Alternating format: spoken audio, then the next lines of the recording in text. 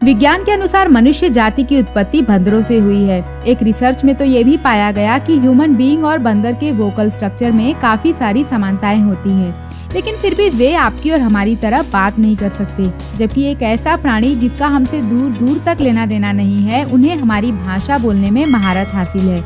जी हाँ, हम बात कर रहे हैं हमारे पंखों वाले पक्षियों की।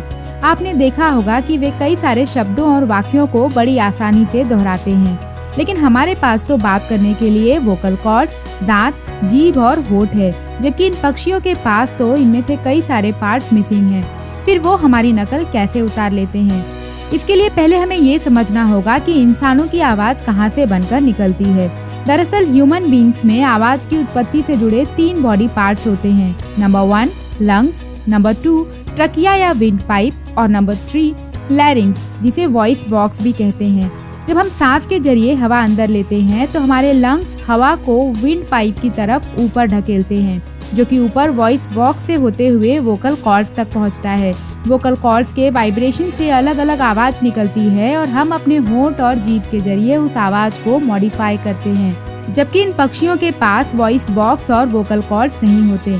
इनके पास एक अलग स्ट्रक्चर होता है जिसे सीरिंग्स कहा जाता है। यह सीरिंग्स विंड पाइप और लंग्स के बीच में स्थित होता है। सीरिंग्स एक तरह का हॉलो स्पेस होता है जिसके चारों तरफ मसल वॉल्स होते हैं, और इस सीरिंग्स के मसल्स को कंट्रोल कर बर्ड्स अलग अलग आवाजें निकाल सकते हैं। यदि आप कभी किसी चहकते हुए पक्षी को ध्यान से देखेंगे तो उनकी आवाज ज्यादातर उनके चेस्ट या छाती की तरफ से निकलती है, जो कि इसी सीरिंग्स की वजह से है।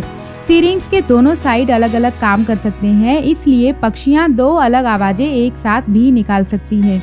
पर क्या इसका मतलब ये है कि सारे पक्षी इंसानों की तरह बात कर सकते हैं? नहीं।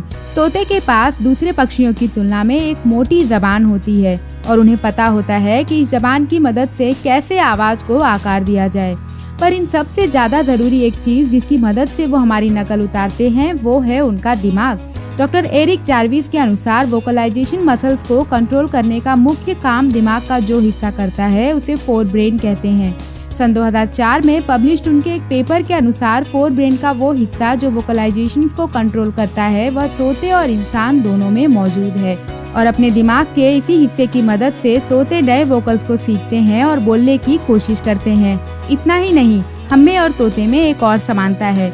हमारी ही तरह तोते भी एक सामाजिक प्राणी होते हैं और उन्हें घुलने मिलने की बहुत इच्छा होती है। जंगल में वे अपने साथियों से एक मजबूत संबंध रखते हैं, जबकि पालतू तोते इंसानों से बात करने की कोशिश करते हैं, क्योंकि वहाँ पर उनके जैसा दूसरा कोई नहीं होता। ये पालतू तोते इंसानों को ही अपना झुंड समझने लगते हैं। वे अपने एनवायरनमेंट से सीखना शुरू कर देते हैं और मालिक की नकल उतारने लगते हैं, जो कि इतना भी आसान नहीं होता जितना आप सोच रहे हैं, क्योंकि उनके पास हमारी तरह होंठ और दांत नहीं होते। उन्हें अपने चोंच के सहारे ही आवाज को नियंत्रित करना पड़ता है। क्या वे जो कुछ भी बोलते हैं उसे समझ भी सकते हैं? जवाब है नहीं। ज्यादातर शब्दों को वे बिना मतलब समझे दोहराते हैं। शायद सबसे फेमस तोता जिसने इंसानों की भाषा को भली भांति समझा था, उसका नाम एलेक्स था। उसे डॉक्टर आयरीन पेपर बेरी सन 1977 में शिकागो के एक पेट स्टोर से खरीद कर ले आई थी। वे उसकी सीखने की क्षमता को स्टडी करना चाहती थी। उन्होंने उस तोते को 30 सालों तक ट्रेनिंग दी। एलेक्स काफी स्मार्ट था। उसे 150 शब्दों की जानकारी थी। वो अलग कलर्स और शेप्स को पहचान सकता था, 1 to 8 नंबर्स काउंट कर सकता था, और सबसे बड़ी बात, वो शब्दों को सिर्फ दोहराता ही नहीं था बल्कि उनका मतलब भी समझता था।